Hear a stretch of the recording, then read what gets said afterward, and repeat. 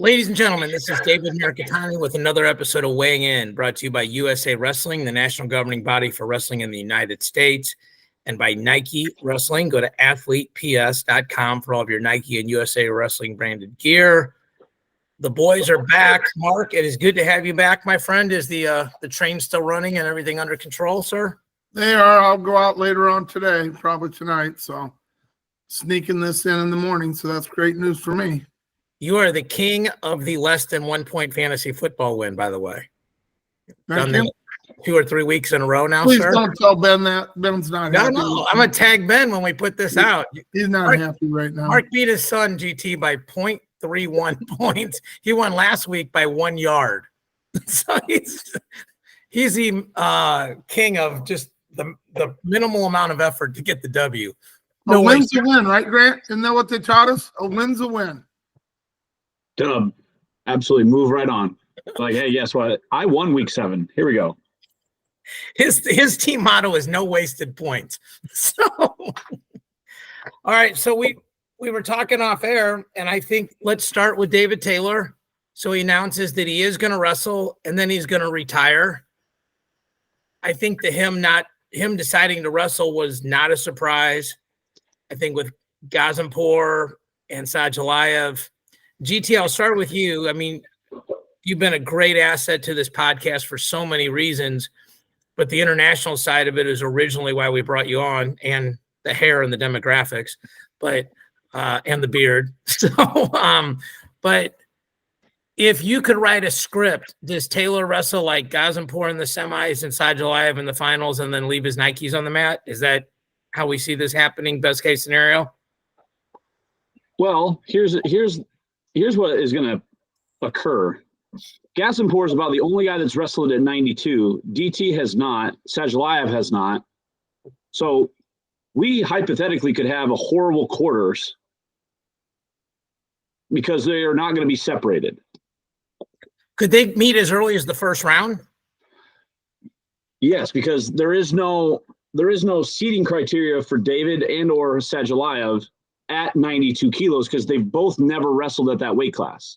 Correct. Gazanpour is the only person that has, well, outside of some of the other Masarazde and some other guys that are at that weight class that could be spread out. But we're got to hope that like that gets like just the draw works for us to like have some sort of like semis finals or quarters finals Separation. Yeah. How far are they going to seed? To 8 or 16 for this? Do you know? I believe it will be 8, but that's just a guess. Sure. And would we guess it's maybe 30 to 40 countries will enter people in the non-Olympic worlds, or is it a smaller number? Well, I believe UWW posted the entries a little bit ago, so I think it'll be like a 32-man bracket at least, okay. Based off of kind of like what I was looking at or whatever. But yeah, could be as early as first round and or second round quarters. And just to make a small tweak to what you said, they posted the entry list, not the bracket, right? Like they won't draw the bracket for a while. Correct. Yeah. So it could be as ugly as like Taylor Sajalayev first round, and then the winner gets Gazanpour in the round of 16. Like they could all be jumbled up in one spot, right? Hypothetically, yes. Yeah. Mark, I know you were, I shouldn't say, I think you were excited that Taylor was going to wrestle. And what are your thoughts on his chances against these guys? Well, if you're going to go out, and I already thought he went out, but he came back, and now he's going to go out again. So I guess if you're going to do it and leave your shoes on the mat, this would be the place to do it. Next to the Olympics, I can't think of a better place to do it. And everything I know about David, I got a feeling he's going to go out on top. That's kind of just how he's pretty much run his life and his wrestling career. I am concerned he's never wrestled the weight, but he's not cutting weight to make it. That's a good thing, where I think there are going to be some guys that it's going to be a little tougher to make weight. So Sajalayev He hasn't been down to 92 and forever. So, it's been a long time. So how is he going to perform? If he has to wrestle David and he gets into the second period and it's close, he's in trouble because I don't think he has the endurance to go with David. GT, if they were setting gambling lines, Gazempour is the favorite, right? Like, forget the seeds. Like, he's the favorite as the guy that's wrestled that weight, will probably have theoretically the best draw and isn't jumping up and down, or am I wrong about that? Well, we also have 2 Olympic champions, so that gets thrown into a whole bunch of it, right? So, yeah. Once again, I think I err on the side of Olympic champs more so than a guy that's been at the weight and has done really well. That's fair. But I mean, as far as, I would say the same thing, like when you like eye test versus like seeding, it's just, I understand why the UWW and United States Wrestling and all these other guys like basically put emphasis on staying at the weight class and getting points while you're there, because you've done it as much as you can. And like, if you're at an Olympic weight and non-Olympic weight, you're not accruing any points there. So, but I mean, I would say that, Sajalayev and DT being Olympic champions and former world champions would give them the edge. But, once again, Gazempour is really good. He's beaten, world champions before. So it's like, it'd be interesting to see. I'm extremely excited for this. Yeah. This has got to be probably one of the best non-Olympic worlds in record, because we've only been doing it since 16. So I think a lot of it is myopic on the Americans' part, in that we're sending guys at these weights that have had a ton of success and that we're super familiar with. And I would say 2.5 of them are legends. Like, Taylor's a legend, Burroughs is a legend, James Green's pretty close to a legend. I mean, GT, you and I talked off air how long James Green just owned 70 kilograms in the United States and how many world teams and world medals he won. And Vito's a world champ, and he's just hopefully in his career, the process of becoming a legend. So we have guys at all 4 weights on the men's freestyle side that we think can medal or win it. And then you add these storylines about Taylor coaching, now going to wrestle, then retire. You add the storyline of Burroughs after the Penn State experience going up. You add the storyline of James Green with the hip surgery, the storyline of Vito 57 being too big of a cut for him. 61 feels like his body weight. GT's reaction, Mark, to me about his level of excitement is tied to optimism. I'm not saying he feels that way, but I think collectively as United States fans, we're pretty optimistic. I think about all 12 athletes. We're just talking about men's freestyle right now, the damage that these 4 guys can do, right? Yeah, I think it's probably, who else could we put in there that has the credentials that these 4 guys have? Maybe we don't have anybody. So, maybe this is the best of the best that we got. Yeah. So. Yeah, I don't think there's any question at the last 3 weights that we're sending the guys with the most credentials. And you're right, Vito's won it and Fix hasn't. He took second, but I mean, like, it, and the process plays out, right? So, like, as much as I think we would think it's amazing that Marcus Blaze, if he made this team, it'd be insane. I think we think Vito has a better chance to do well. So, GT, you are nodding. So for the people just listening to this, you would agree that we're sending like our 4 biggest hitters at these weight classes? Yeah, I mean, like if we're just talking men's freestyle, which I'd love to, get into this maybe next week when we have our preview, but like, yeah, our women's team is going to be really good as well. Like Jakara Winchester, former world champion, Macy Kilson, former world medalist, like Kylie Welcher, age group gold, Villascusa making her first senior world team, but like been on the scene for a long time. With our men's freestyle team, Vito, Dayton, I'd say another one is Rethford, world champ, at 70. They could have made this team or whatever, but he was already the Olympian. So it's like, once he couldn't be a part of that process. But, even on our Greco team side, Benji's a rising star within Greco. Yeah. The ageless wonder who's like, I don't know, 44. He's doing it for us. Yeah, doing it for all of us that are adding that 4 to their letter or 4 to their number on their age. And I think also with our Greco team, like just more opportunities, right? So once again, if you don't have the opportunity, you're not going to have the ability to make a name for yourself without that opportunity. So I'm excited about that part. But our men's freestyle team, I mean, domestically, these guys are just absolute hitters. I mean, yes. James Green is unreal at 70 kilos, which we've talked about multiple times. I mean, Jordan Burroughs in the greatest of all time category internationally, also domestically. David Taylor, one of the best American wrestlers, between folk style, freestyle, like moving his way up the chart on that front. It's, and Vito, like reigning world champion at this weight class. So it's fun to like theorize like who else we could put in there. But like to Mark's point, this men's freestyle team is some of the best that we have. Yeah. So very excited for them, very excited for the coaching staffs, very excited for this non-Olympic worlds. And I think it's just going to be outstanding for the United States. Yeah. Hashtag squad for sure. Well, I'll make one last comment. We'll keep it moving.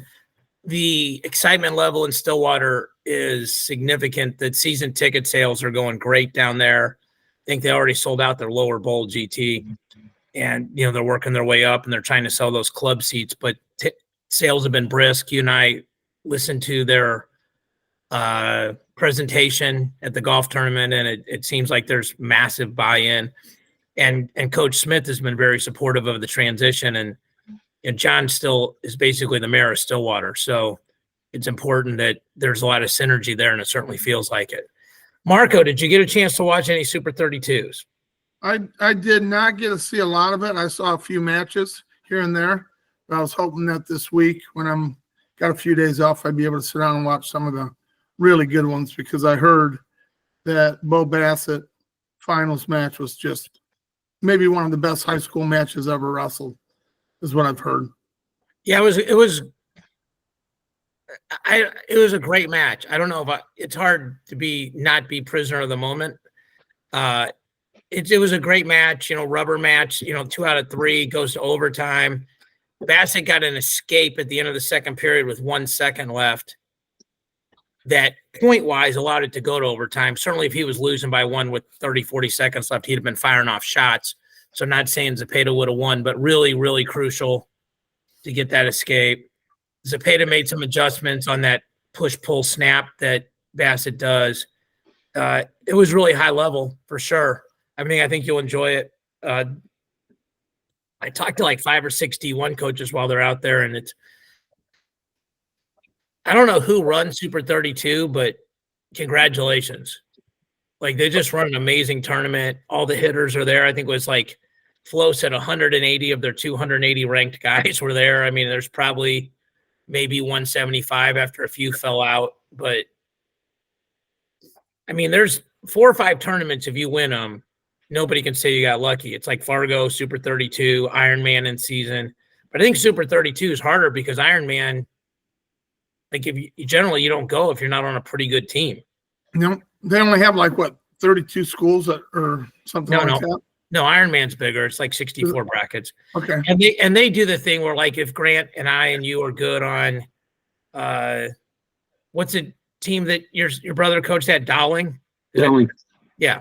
Like, if we all wrestle for Dowling, they could just give us 3 invites. Okay. But then you still got to get there, and it's a school budget, where Super 32 is club and individual stuff. It's an amazing tournament, man. And I watched all the finals on Sunday. Really great matches. Just by the way, not a shock, but Casey Cunningham's son is a dog. They say like kind of like he knows how to old man you already. Like he's real tricky already.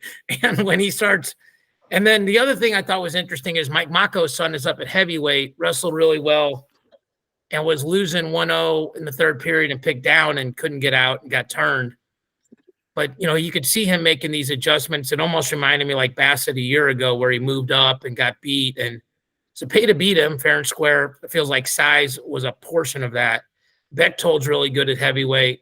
But it feels like obviously Mako's going to grow into a heavyweight and just get bigger and stronger. I think he wrestled 110 at the age group worlds, but was really light. Jeter's dad told me he was light for the weight. So it's like maybe 230-ish. So once he lifts and that starts getting sticky to his body, I think, he's a monster recruit just based on the bloodlines alone. So if you want to go back and watch some great wrestling, go back on the high school level for sure. Go back and watch Super 32s. Veteran Worlds, tons of medals. Shout out to my guy, Steve Horton, who wrestled for my dad at Merrimack. He went gold, silver. Matt Collum, who's an Iowa Central guy and a buddy of ours, Mark and GT, he got a silver. Tons of medals. Vombar got Athlete of the Week, and he's still coaches a club, right, GT?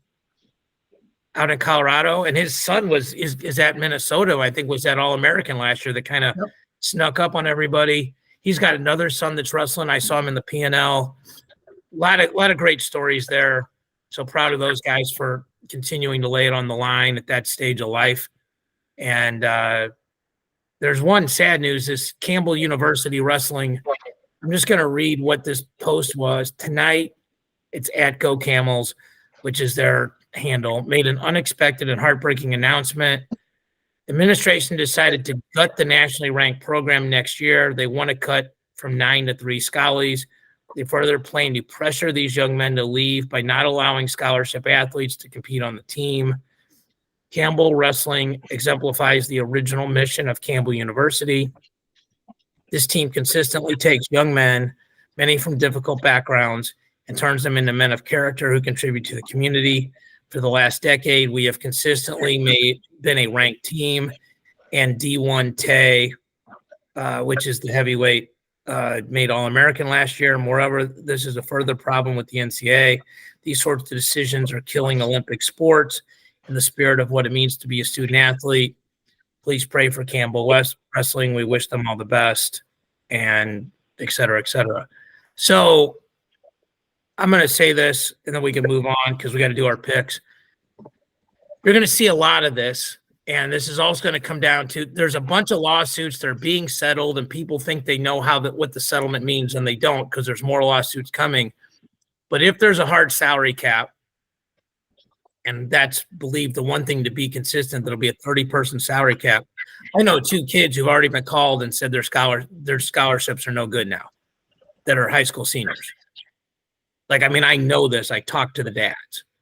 And so they're back looking for a spot.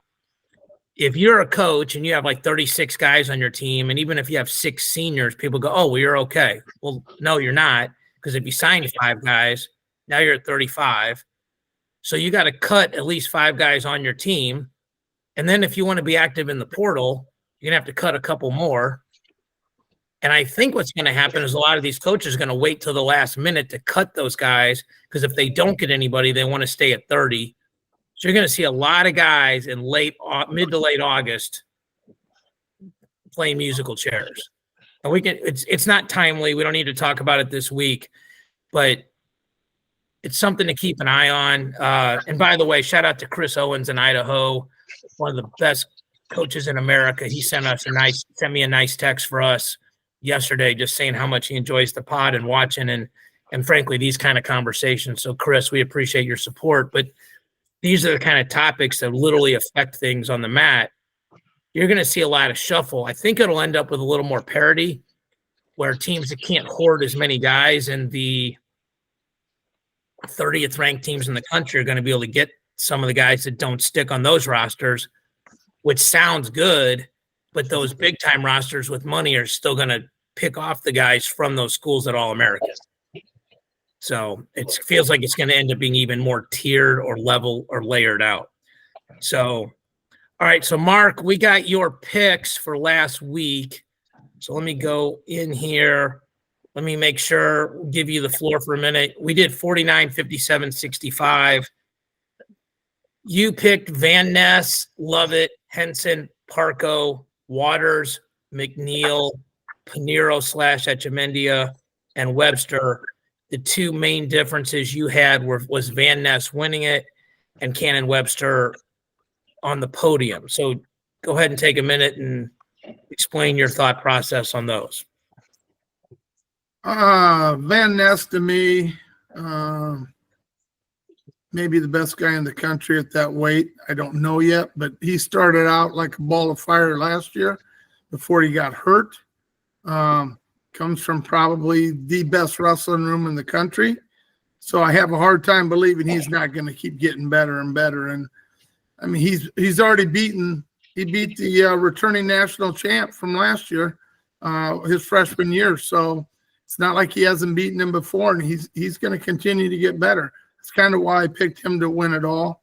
I think I had, Rich Lovett up there. I think he just had a bad tournament last year, so I think he's going to perform a lot better this year.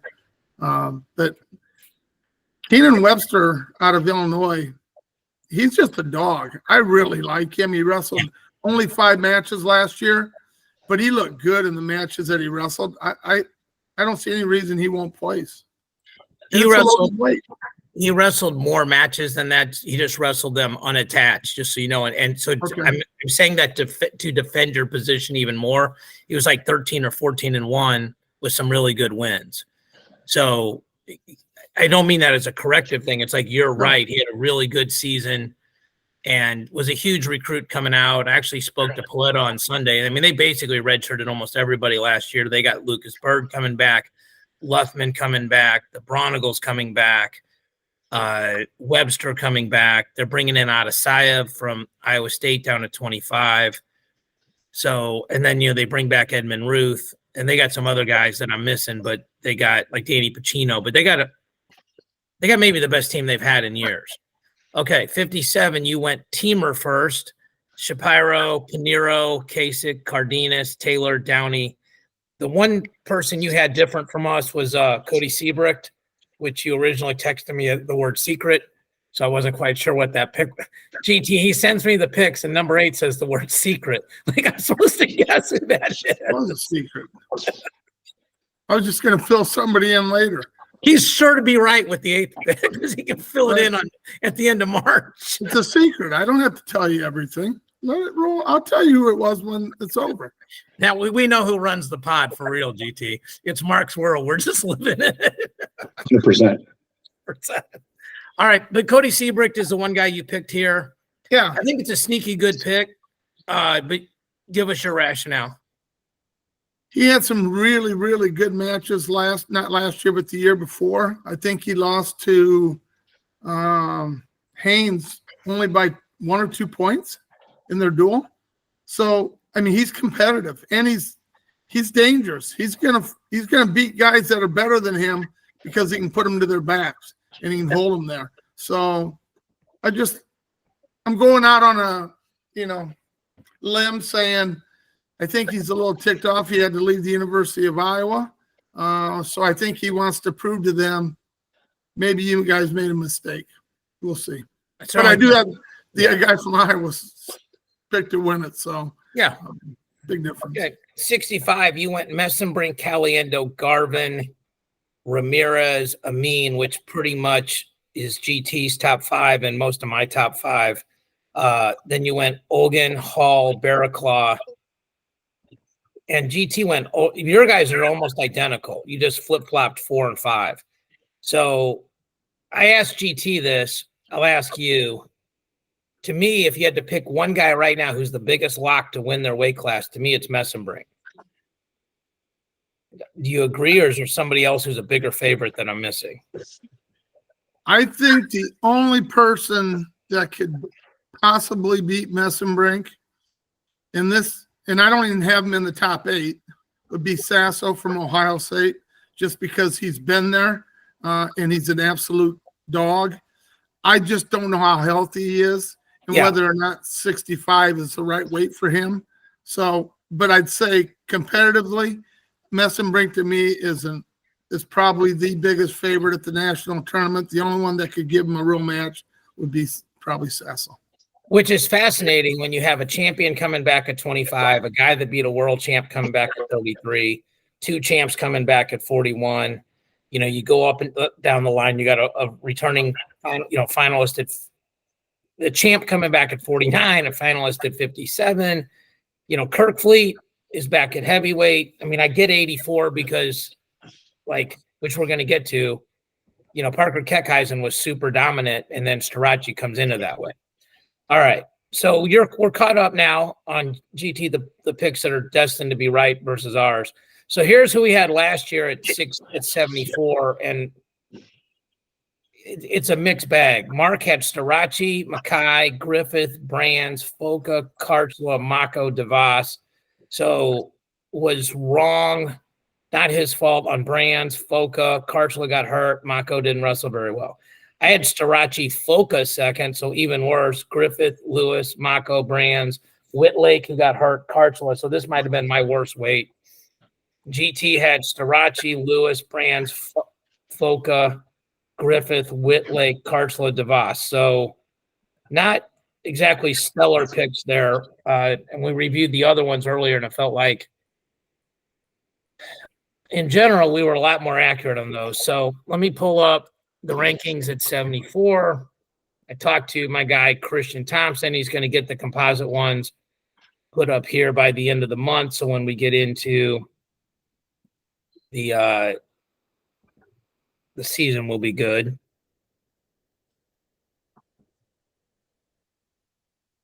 So Mark, original thoughts on 74. Let me read these to you guys real quick. Keegan, Haynes, Rocco Welsh, DeVos, Woloch, Hamidi, Incontrera.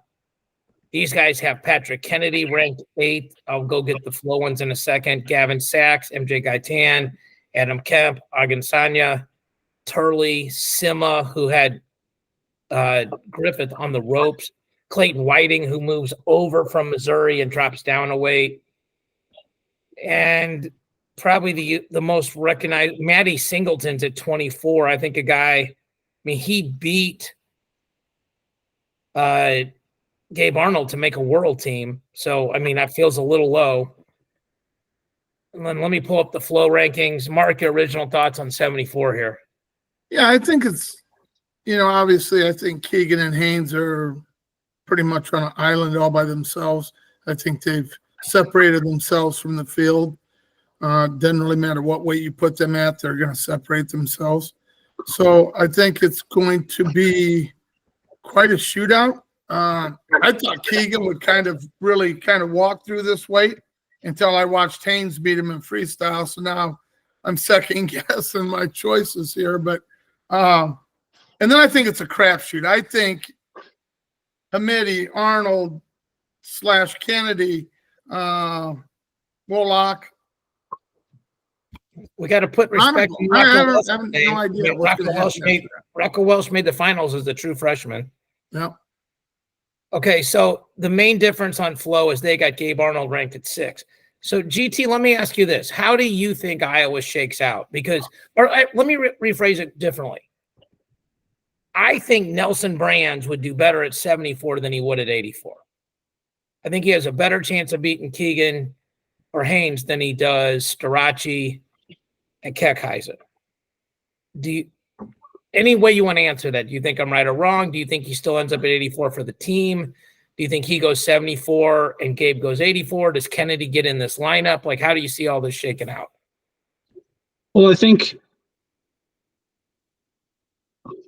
Nelson was very serviceable at 84 as well. And once again, I think to Mark's point, I think that he's ever lost to Plott, who's ranked 3rd.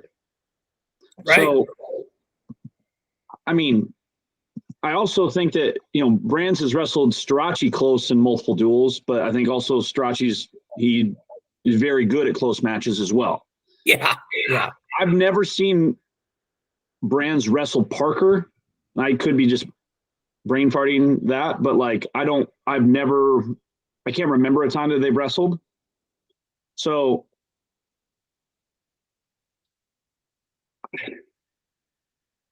I don't know. Like, it depends on if Nelson, or they feel like Nelson can win a national title against Haynes and Keegan O'Toole, or if, once again, I think it's your math people and analytics that are like, well, if Brands gets fifth at either way, Arnold could maybe get third at 1, but like not place at 84. Or, you have somebody like Patrick Kennedy who, he could be anywhere from 157 to 197 for the Hawks and just be like, oh, yeah, well, he's pretty much going to be around a 12 guy no matter what. So the analytics comment you make is really smart, because if you feel like, hey, if they go Kennedy / Gabe and then Nelson, I think at worst you think they're both top 6 guys, which is 18 points plus bonus, so probably like 20. If you think the only guy that can place for Iowa at 84 is Nelson, and I mean, this is everybody's, this is as a coach, if you think Kennedy's too small, Gabe's too short, and I'm not saying any of those thoughts are right, wrong, or indifferent, then Nelson has to win it to get you 20. So your margin of error, if you're right about nobody being able to place at 84 but Nelson, is to go Kennedy / Gabe at 74 and Nelson at 84. And then the interesting thing is, does one of those guys portal? Because one of them is not going to start. I mean, they got Buchanan at 97 and they got Caliendo at 65, and those guys are ranked. Buchanan's ranked 1, 2, or 3, and Caliendo's, he's almost on his own island at number 2. No, I mean, I know he's 2, but like no one's really beaten him behind him, and he can't beat Messenbrink so far. But I mean, like, he feels like he's dang close to being a finalist lock. So you're not moving him. So, I mean, it'd be interesting to see if one of those guys goes in the portal at the semester, especially if one of them's graduated. I mean, I feel like Nelson's not leaving Iowa, for obvious reasons. So it feels like it would be PK if he graduated. And if Gabe's not starting, when does the portal open and close, and, all these other things. So, Mark, you like doing the numbers with me. What's the best lineup for Iowa at 74, 84? And then we'll start making picks. I think, are we looking short term or long term, David? Short term, it's Arnold, because he's got 4 years to wrestle for you. Well, that's long term. I mean, that's your long term argument. Yeah, that'd be my long term. Who do you think does the best in March? That's short term. I think Kennedy. Kennedy making the world team has made a big difference. I trust him. He took a while to get used to wrestle 74 last year. He had to bump up. But he actually started looking pretty good later on in the year. So that would be my pick. But if they're going to lose Gabe because of it, I think they're going to keep Gabe. And they'll wrestle Gabe. And you're separating a short-term, long-term is interesting. GT, you guys make that decision. That is a factor in your decision. Maybe not Grandview's, but college coaches every year. Like, you're going to send 12 guys, and if you think there's a freshman that's going to do as well as a senior, like if you think they're both 6 to 8 guys and neither one of them pin or they both pin everybody, probably better for the team to send the freshman because he'll be back. And there's 100 other factors into it, character and all these other things. I'm not trying to say that's the only one, but it's a factor. And I think Iowa next year is Gabe 74, Ferrari 84. So, if you don't wrestle Gabe and he leaves and you put a lot of time and money into him, so it's super interesting. Okay, so we'll do at least try to get 74, 84, 97 done. So we can just go, Mark, if you want to go first here and just kind of go slow because I don't type that fast, but go ahead. Who you got? Sure. I'm going to go Keegan O'Toole's. Being a senior, I think he wins it all. By the way, Keegan O'Toole just got married, so congratulations. Maybe I'll switch my picks then because that's all right. I'm going to go with Keegan O'Toole. I don't know why. I just like him. Well, we don't know why. He's really good at wrestling. He is. Plus, he's dangerous in a lot of positions. I like Levi Haynes getting second. Okay. Wow, then it gets kind of crazy for me. I'm going to go Dean Hamidi, number 3. I think Oklahoma State's going to do wonders with that young man. I think he's an absolute beast. I personally don't think Rocco Welch will wrestle this year. You think that? So, real quick, you think they'll wrestle Karsla, and then I do. Edmund Ruth is not in the rankings at 74 either. Yeah, because they've got Bronigal, unless they're going to put Ruth at 84, which I don't see in the rankings either. So go ahead. So I'm going to go with Hamidi's Third. I'm going to go with Iowa 4th, whether it's Gabe or Kennedy. Yeah, that's fair. I'm going to go Ohio State 5th with whoever they have there. Okay. And then I'm going to go 6th with Iowa State, 7th with DeVos. Wait. Okay. Who do you have wrestling? Who do you have wrestling for Iowa State? Catan. Okay. Go ahead. And then DeVos 7th. And I'm going to go Wolak 8th from Virginia Tech. Okay. All right. All right. I got us listed left to right, so I'll just do on the sheet. So I'll go first and we'll just rotate it. I'm just trying to see if I'm missing anybody here that. Okay. I'm gonna go Haynes first. I'm gonna go Keegan second. I like Hamidi third, Mark. I think you're dead on there. I'm gonna go Wolak fourth. I think he actually gets better. He's in a better room, and he still has his head coach from over at Columbia that came over with him. So I'm going to go Ohio State 5th. I'm going to go Iowa 6th.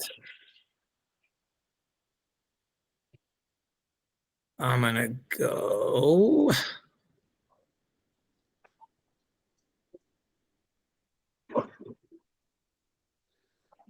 maybe I'm crazy. I'm going to go the Northern Iowa kid 8th. I feel like he was really close last year. Schwab and those guys do a good job. And I'm going to go DeVos 7th like you had. GT? All right, I got Keegan O'Toole first, Levi Haynes second.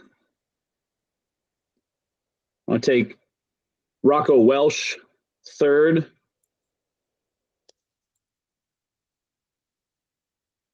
Take Wolak 4th. Take Hamidi 5th. Take Gabe Arnold 6th. I'm going to take Ruth at 7 and DeVos for 8th.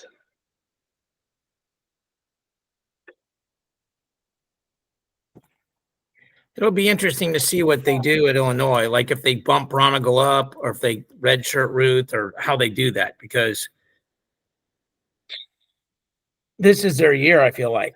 Okay, here's who we picked last year at 184. Mark had Truax, Keckheisen, Munoz, Plott, Kane, Feldkamp, Assad, Salazar. So got all Americans right with Truax, Keckheisen, Plott, Salazar. Can't be responsible for Assad. I had Truax, Keckheisen, Plott, Munoz, Pinto, Feldkamp, Kane, Colton Hawks. Pretty similar. And GT correctly had the champ, Keckheisen, Munoz, Truax, Plott, Feldkamp, Pinto, Saldano, Kane. So I would say in the champ alone, GT probably won 184 amongst our picks. We're going to have to assign some points to this next year. You see him flex, David? That wasn't called for. I'm sorry? No, I didn't see him flex. I was doing it again. I did one of those, yeah. No, Mhm. it's all Nobody good. sees it if you're talking. I was just stretching. We're going over there. It's okay. Just holding up my title belt. That's what I do. So, all right. Here's the flow rankings at 84. Starachi, Kekheisen, Plott, Munoz, Brands, Bennett Berge, Edmund Ruth is at 84 they have here, GT. So if you want to change your 74 pick before we get to 84, you can. They got Pinto, TJ Stewart's at 9, which is interesting. Fishback, McAnally, Jackson Smith down from 184 or 197 to 184. Del Senor, Hawks, Foca's at 15. Bullock, and down the line here, Evan Bachman is a transfer in. He's at 21. Starachi, Kekheisen, Plott, Munoz, Berge, Stewart, Brands, Edmund Ruth. So, GT, you may want to make a different pick. It feels like Edmund Ruth's going to go 84, so we can circle back to that in a second. They don't have a whole lot of things different here. Ryder Rogotsky is a name that people know. DJ Washington, who's been wrestling forever, is in the rankings. DJ Parker is ranked here, but according to Oklahoma, he's going to go 197. So, GT, do you want to move Edmund Ruth real quick before we move on? Yeah, I'll just fill in another 7th place. We can come back to it. I'll just leave it open for now. Come back to it. I'll do Clayton Whiting. I like that pick. Minnesota, right? Yep. Sneaky good pick. Sneaky. Yep, he gets to be the guy. He's not wrestling off all year. He's down a weight. He had some good wins last year. All right, so I'll go first. But, Mark, you're like the best at this, so I'm going to ask you. Does Kekheisen and Starachi split this year, or does one of them win both, the other one being the all-star meet?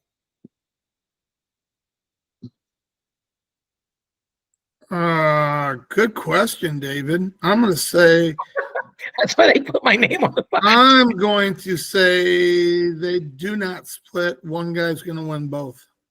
And you won't know who that is until I make my pick. Yeah, that's fair. That's fair. That's fair. Okay. I'm going to go Starachi first, but I'm doing that out of respect and 5-time champ and everything else. But I really feel like Kekheisen, like, I don't know, Mark, this kind of feels to me like it almost feels like when RBY came back and I told you all year I thought Vito was going to win. I kind of got the same feeling in my gut about Kekheisen. I just feel like he's really hungry. He's got a chance to make – I mean, if that guy wants to win the Hodge, you just go beat Carter Starachi. That's it. Like, I don't even care if he loses the All-Star meet because he bonuses everybody. And Plott might be the best number 3 guy in the country. I feel like there's, so he's an easy number 3 pick for me. I don't think a lot of people know this, but Plott scored the equivalent of a champ last year with his bonus points. So that to me was really interesting.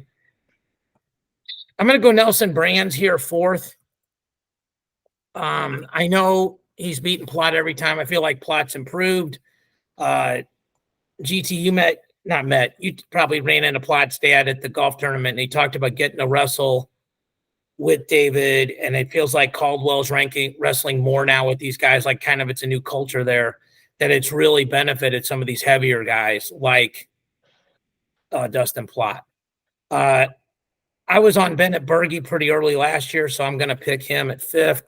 And I'll tell you, we're not keeping team score yet, but it feels like South Dakota State's kind of coming along here in the second half. I think we've ranked 3 or 4 of their guys in our picks. I'm going to go Edmund Ruth 6th. I'm going to go TJ Stewart 7th. Sorry, I got to put in teams as I'm typing this, boys. I apologize. And then for number 8, I'm going to go Jackson Smith for Maryland. So GT, based on the rotation, you're up next. Okay. So before we go any further, David, so basically Trey Munoz, you did not place? I didn't place. I don't know how he's going to do at 84. I think there's a chance he goes back down to 74, and we should have ranked him there. Okay. All right. Champ. from the purple and gold, the Northern Iowa Panthers, Parker Keckeisen. As far as weight classes that I feel have the electricity of like a whole bunch of depth, 84 has a ton of depth. This is the weight. All the way down to like 20th, 25th ranked guys, names that you will see from a lot of national tournaments, a lot of big duels. I mean, we got, as we like previously mentioned, like we've had Foka on our list for a long time at 74. Now he's up at 84. Colton Hawks, senior. Bullock, senior. Bachman, senior. I mean, Ryder Rogotsky, like the reach back king. Foka and Hawks wrestled to make a world team. And we don't have either. Yeah. I mean, I'm saying I don't have them in my top 8. Yeah, I mean, DJ Washington, another guy that's been around for a long time. Also, I think he's moving up weight classes from 74 to 84. I mean, just a lot of guys. Soldano in there, Gavin Kane, another senior, Reese Heller, another senior. Yeah. So guys that have been around for a really long time. This is a very deep weight and a lot of, you know, a lot of previously seen guys that could be an All-American this year. Quality depth for sure. So I'm gonna have Carter Strachey make the finals. Okay. I think this match is going to be the match of the NCAA finals. Like we are going to like remember this match for a really long time when those guys wrestle each other. We're going to get a shot at this here in like a month at the NWCA All-Star Classic. So this is setting the stage for a year-long's worth of like checking this stuff out. How do I get $20 on it now that we start the NCAA finals at 197? I want that link because that's what they would do if Strachey's in the finals because he's got a chance to be a 5-timer. Yeah. Okay. All right. Go ahead. I apologize. I'm going to take Plot third. Okay. I think that he's just going to get better and better and better, even though like he might be the best version of himself that he's ever seen. He still probably will get third, in my opinion. Yeah. Once again, Plot, if you prove me wrong, I'm okay with that too. So do your thing, man. I'm going to take Brands fourth. I'm going to take Bennett Berge fifth. I'm going to take Munoz sixth.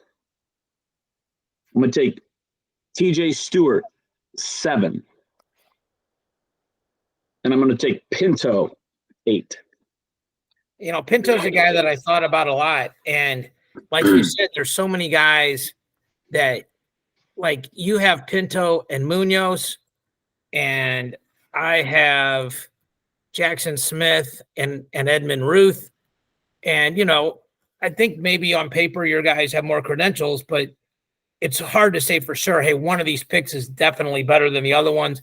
Neither one of us have Hawks, Foka, Heller, some of these other guys. Now, Mark will tell us what the right picks are, right, GT? Here we go. Not necessarily, but I am going to give you the winner.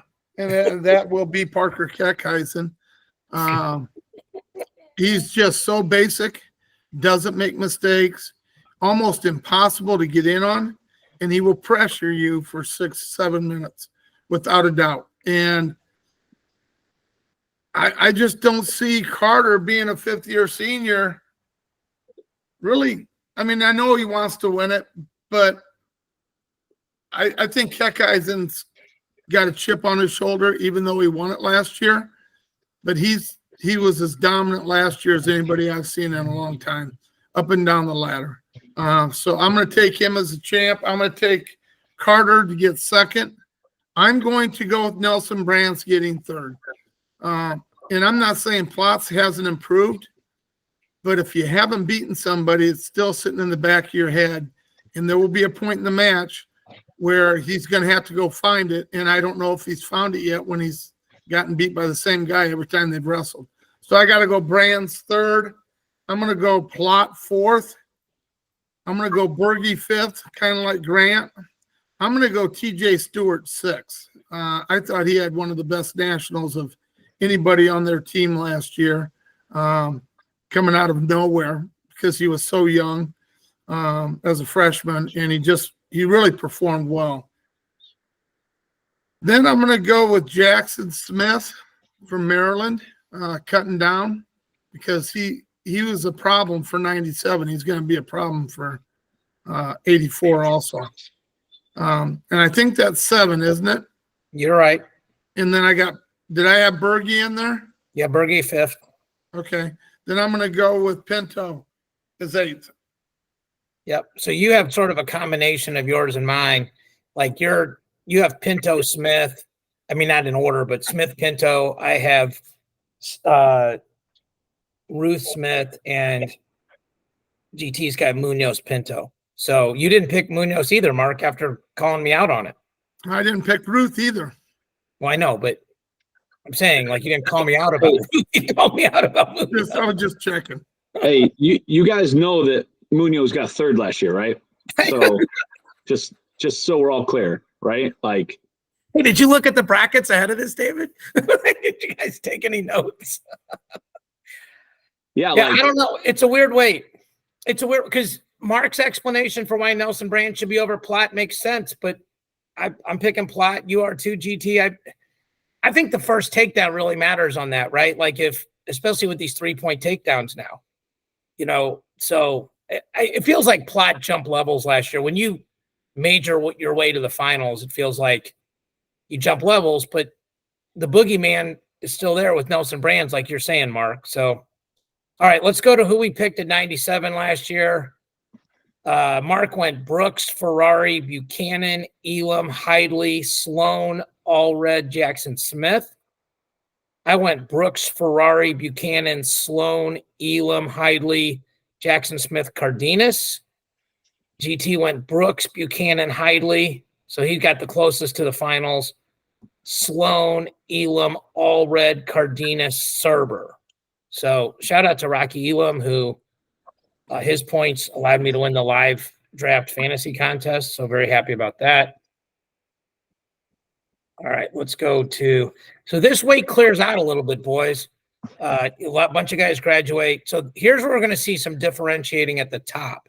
Here's intermatch rankings. Ferrari, Buchanan, Cardenas, Elam, Stephen Little, Beard, Salazar, who moved up, Glazer, who transferred, Allred, Bronigal, Luke Giag, Poznansky, Andy Smith, Max Stout, Justin Rademacher, who GT can talk about as a world team member, Wyatt Volker from your guys' neck of the woods, Joey Novak, Nick Stemmet, Luke Stout, Serber's down at 21, Mickey O'Malley's at 22, Josh Barr is at 23, Bradley Hill, another transfer from Iowa, is 24. On the flow side,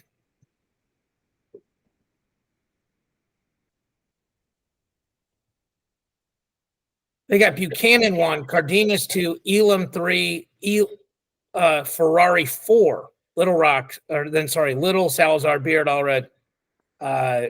Nothing too crazy different there. They don't have Serber in the top 25, which is kind of – I'm sorry, he is. He's at 19. Okay. So, GT, let me ask Mark this question, and you can go first, GT. Mark, where would you rank AJ Ferrari? Oh, I think right where that's fine. Well, he's in 2 different spots, Mark. I think Flo did a good job putting him at 4. You would not rank him 1. He's wrestled 3 years. Hasn't wrestled for basically 3 years. I don't think you. The argument for that is it's been 2.5. He wrestled in part of that 22 season when the car wreck happened. He was the number 1 ranked guy. He won nationals the year before. He's beaten Buchanan. I'm not saying it's wrong. I'm saying this is a very difficult one to rank. This would probably be one you and I would have been trying to split hairs over. Yeah. I think 4 is fair. All right. GT, you lead us off on this one. all right. I'm going to take Stephen Buchanan to win it. I'm going to take Jacob Cardenas to make finals.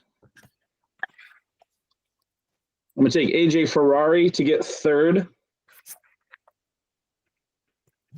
I'm going to put Salazar to get 4th. I'm going to take Elam to get 5th. I'm going to take Christian Carroll to get 6th.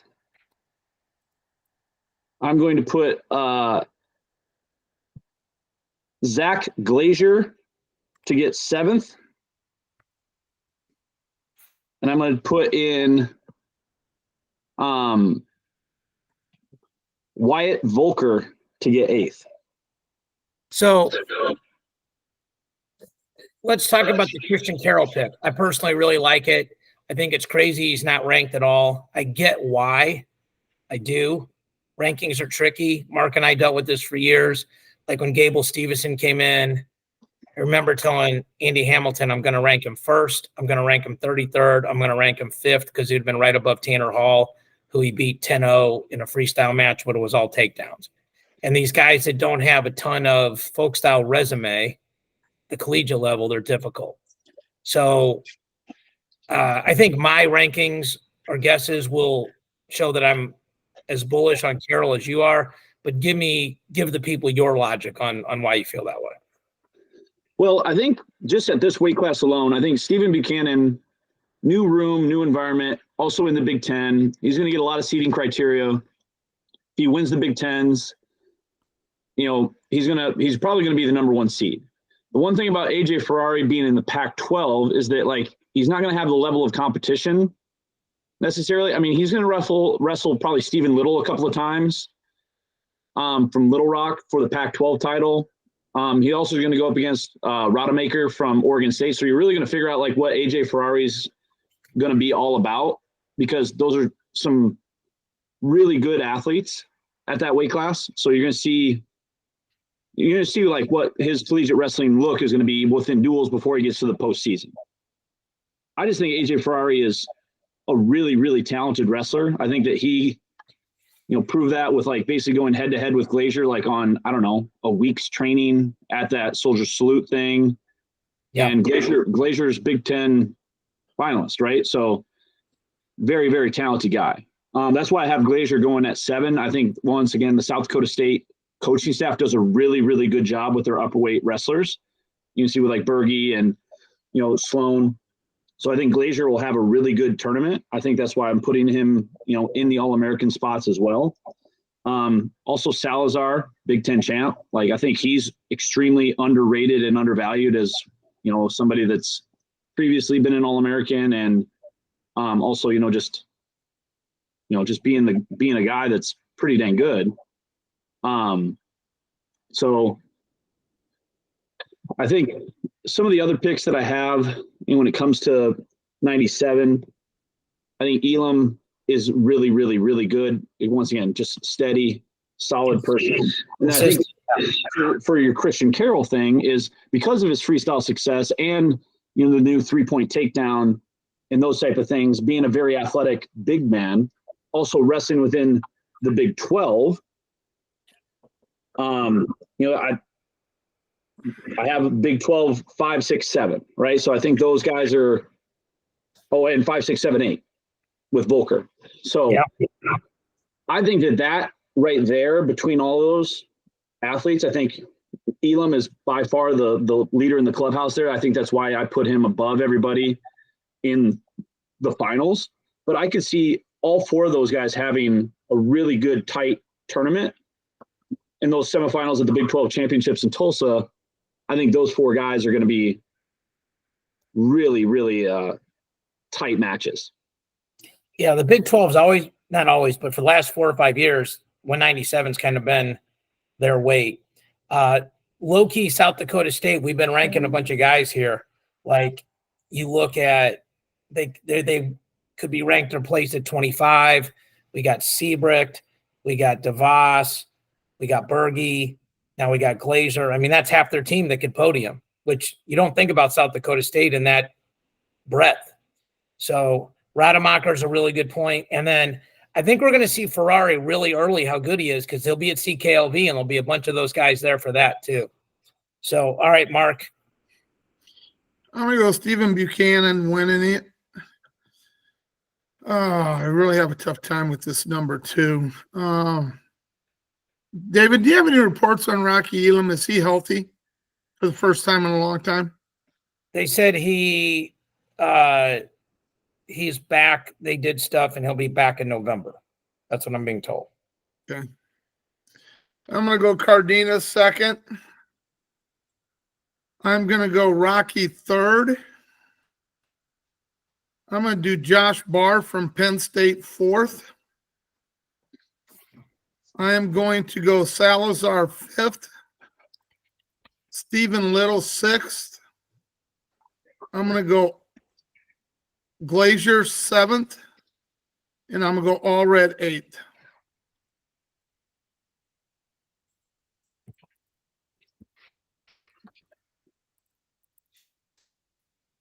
I got to read them back to you because I was copying and pasting the ones that you had, and I got to type the other ones in. So You got Buchanan, Cardenas, Elam, Barr, Salazar, Little, Glazer, Allred. Yes. Okay, talk to us about Josh Barr because talk to us about Josh Barr and Allred and no Christian Carroll. Oh, that's right, Christian Carroll. I want Christian Carroll in there though. I don't have him on my paper here, but I'm gonna put Christian Carroll in at seventh, David. Move everybody down a spot, and then whoever was eighth doesn't get a place this year. Maybe next year, though. We'll see. Glazer becomes 8, and Christian Carroll. Mark, does he get, or GT, does he get to do that since I pointed this out to him, or how does that work? Are we allowed? Sure. Are we going to allow it? I think so too, and I think, once again, I was looking over my list. I left off, Beard, who's a returning All-American. Do you want to add it? No. Okay. But I also left off Little. So once again, I think that if you were previously All-American, it doesn't necessarily guarantee you an All-American the next year. We've proven that multiple times in a row. But if you already have it figured out for yourself, once again, I left Shane Van Ness off my list, because I just didn't know if he would be healthy or not. So it's but if you can catch it early enough, yeah. Also, we're not going to redo this after Cliff Keen. So no, we have before. We'll go back next week, and if there's any misses, we can get them. All right. So I'm waiting for the big question, David, because you haven't asked me. How in the world do I not have AJ Ferrari ranked? No, I already know that. You don't think he's going to make it to the finish line? I don't think he's going to make it through CL or the tournament out in Vegas. I think he'll do well. That's the same thing as the finish line. You don't think he's going to end up at the regionals. So you just don't think he's going to go to nationals. I don't think he's going to be on the team at the end of the year. So yeah, that's all a different description of the same thing, right? You just don't think he's going to wrestle at regionals and nationals. Yes. Yeah. I knew you would either pick Ferrari first or not at all. I know you. And I also knew which way you were going on that. So Josh Barr is fascinating to me. Well, he's a world team member. He is going up a weight, but he doesn't wrestle like a 97-pounder. He wrestles more like a 65, 74-pounder. He moves really well. And he's in the Penn State wrestling room. If you don't put a guy from Penn State placing at every weight, you need to have your head examined. They're just that good. He's going to be really good at the end of the year. You actually did that at 33. You're the only one. Or no, GT did too. Okay, so I picked him to place at 33. That's why I'm checking. Okay. I just checked. All right. 8. I got a true freshman winning it at 25. My God. That's not a big. Yeah, go ahead, GT. Well, just as we're talking about the Penn State 197-pound weight class here, or the guy that's going to be wrestling for them, if you want to look at the Big Ten right now, you have Buchanan, Cardenas, Salazar, Allred, Bronigal. I don't know how to say Luke. Yeah. Giag. You got a lot Poznansky. Yeah, Poznansky. Once again, I don't know. Did Barr wrestle against them in that duel where it was a whole bunch of backups wrestled against Rutgers?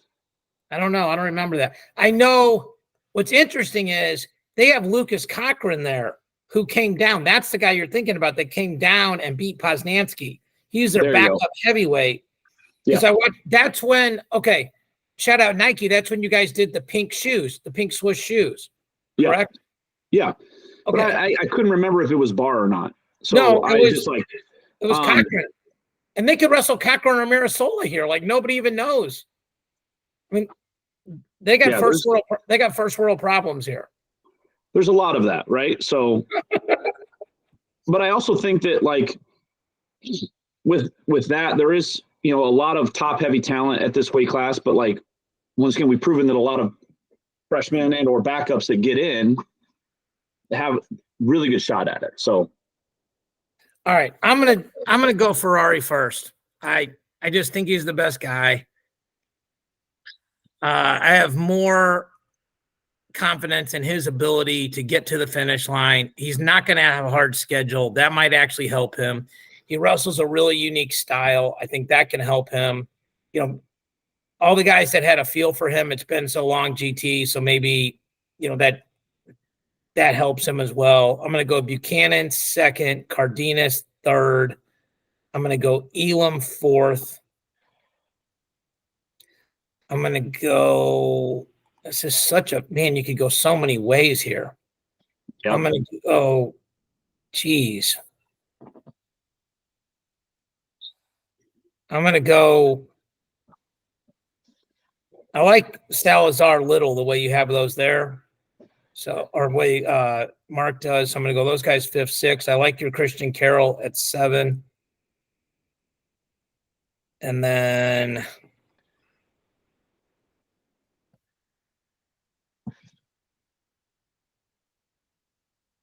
did I get Little in here? I did. Yeah, I'm gonna go 5, 6. Yeah, I'm gonna go Beard 8.